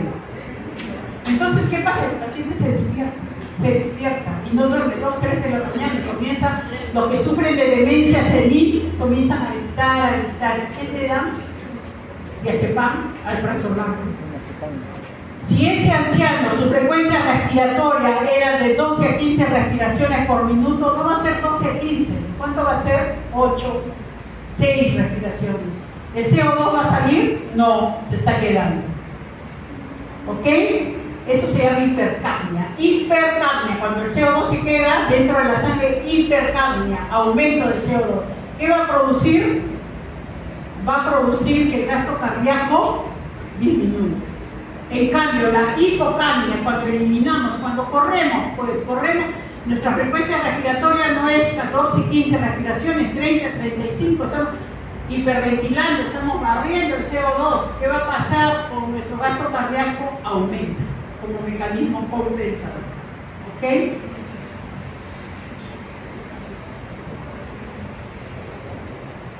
Aquí esto es importante, solamente les quiero decir lo siguiente, que este gasto cardíaco va a depender del flujo sanguíneo local. ¿Y qué prioritariamente del flujo sanguíneo local? Cuando hablamos del metabolismo tisular. ¿Qué va a pasar cuando hacemos ejercicio, alumno? ¿Qué pasa cuando hacemos ejercicio? Y aquí viene el gasto cardíaco en el ejercicio que lo van a leer porque yo no les voy a dictar ese capítulo, pero sí les voy a tomar paso en el 10 preguntas de examen. ¿Por qué? En la teoría. ¿Por qué alumnos? Solo les voy a explicar rápidamente porque lo van a hacer en el laboratorio. ¿Qué pasa con el gasto cardíaco en el ejercicio? ¿Qué pasa si yo subo las 4 gradas? ¿Por qué aumenta mi frecuencia cardíaca y por qué aumenta mi contracción cardíaca? ¿Por qué? Porque al hacer ejercicio, al subir o al correr, ¿qué va a pasar con mis músculos? ¿Cómo está irrigado por arterias y arteriolas? Y recoge la sangre no oxigenada por vénulas y venas. Solo les quiero decir lo siguiente. Miren lo que pasa con el gasto cardíaco como mecanismo conversal. Cuando uno hace ejercicio, se libera las fibras simpáticas con la noradrenalina y también se libera acetilcolina. ¿Ok? ¿Qué va a pasar cuando hacemos ejercicio? Al liberarse cantidad de noradrenalina y estimulación simpática, alumnos, como mi músculo está gastando ¿qué? ¿Qué está perdiendo al correr, al subir? Oxígeno. ¿Qué va a pasar? Mis arteriolas se contraen. Estoy hablando arteriolas se contraen. Mis venas se dilatan. ¿Por qué? Para preservar la irrigación de la zona local. Por eso es que cuando corro, ya no es 6 litros, o cuando subo las escaleras que estoy haciendo ejercicio, ya no es 6 litros, es 10 litros, porque me está llegando, como se está dilatando mis venas, y sabemos que las venas son de capacitancia, de mayor reservorio, me va a llegar mayor volumen de sangre. El gasto cardíaco depende del retorno venoso. Al llegarme mayor cantidad de sangre, va a inyectar también, me llegan 10 litros, va a inyectar los 10 litros. Por eso decimos que depende del metabolismo local, depende del flujo sanguíneo. Espero que me hayan entendido. Quien se contrae son los capilares musculares, las arteriolas, no las arterias. Las arterias las arterias grandes, ¿qué va a pasar a la estimulación simpática? Se contraen, sí, para aumentar el flujo de sangre. ¿Ok? Vuelvo a señalar. Las venas, las vénulas, para poder inyectar y que me llegue cantidad de sangre al lado derecho del corazón, en este momento del ejercicio se dilatan. Y las arteriolas, los capilares que están en los músculos, se contraen. Pero si el ejercicio es extremo, pasa todo lo contrario. Si el ejercicio va más allá, va a pasar todo lo contrario, alumnos. Las venas se contraen y las arteriolas se dilatan para permitir la oxigenación, lo poco que está llegando de oxígeno. ¿Y por qué se dilatan las arteriolas en el ejercicio? ¿Por qué?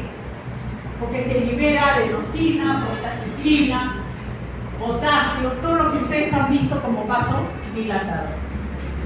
Y es por eso que va a llegar mayor cantidad de flujo de sangre. Cuando hablamos de fístula arteriovenosa, en muchos casos se habla de fístula arteriovenosa en los pacientes que tienen varices. Si ustedes han visto esas pacientes, algunas mujeres que tienen varices inmensas en las piernas, forman y son como así grandes venas, como si se rompieran, están formando fístulas con capilares musculares.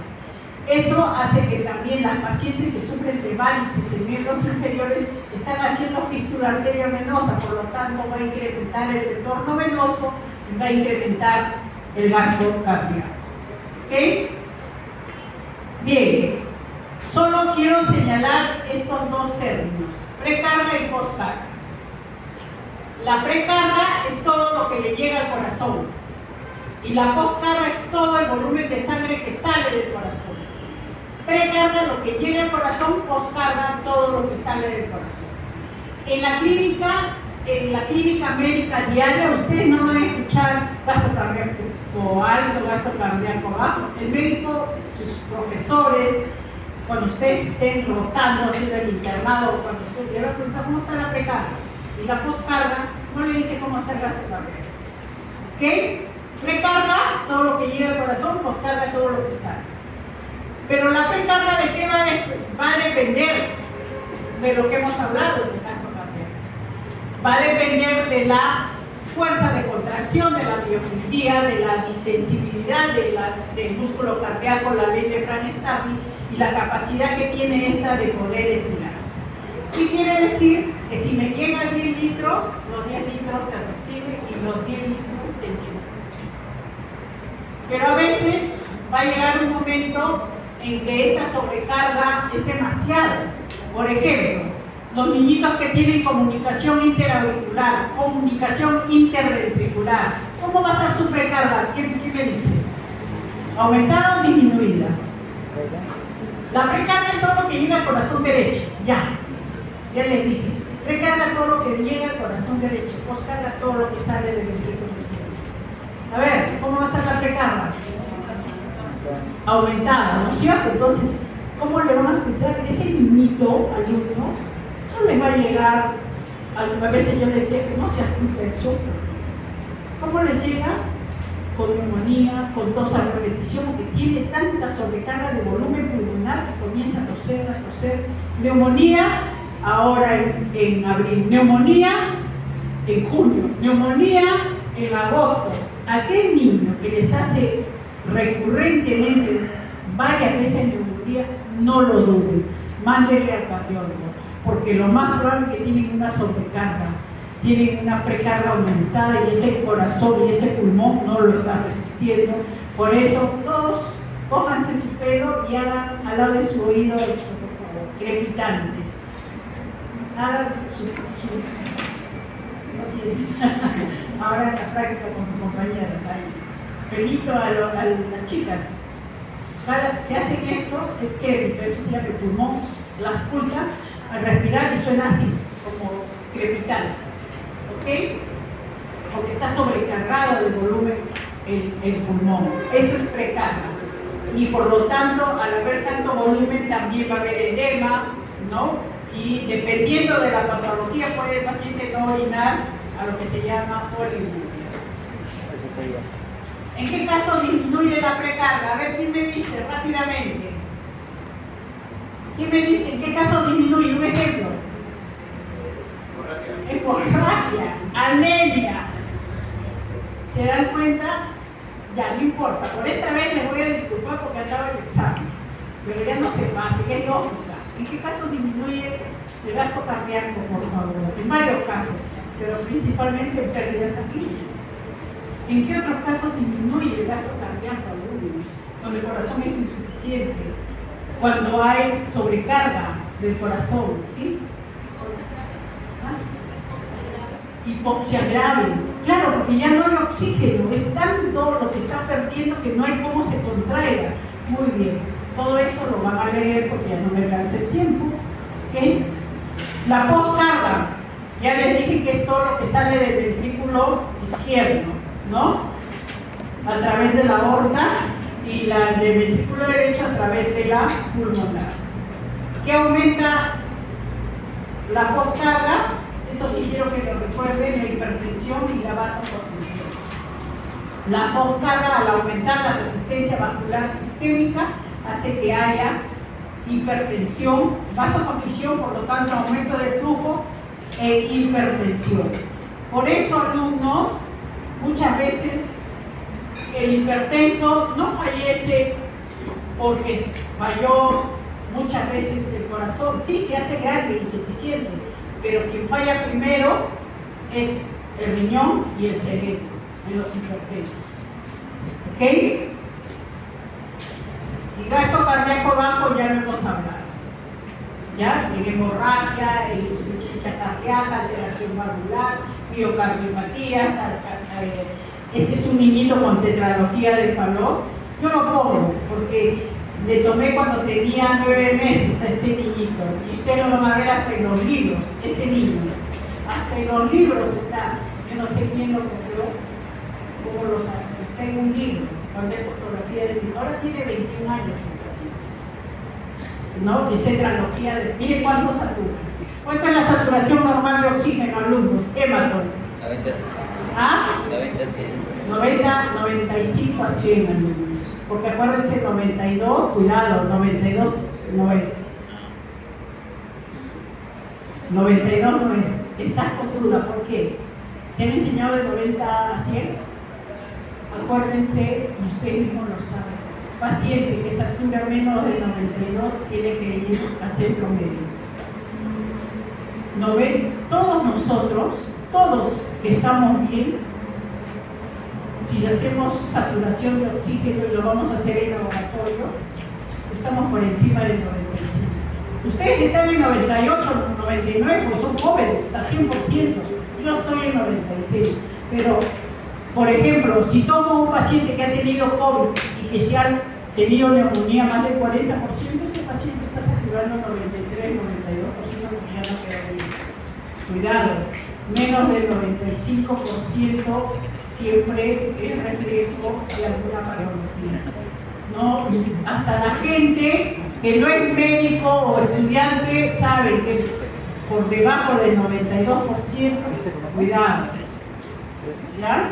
Algo está pasando y lo vamos a aprender el respirador. Bien, alumnos, ¿alguna pregunta? ¿Alguna pregunta?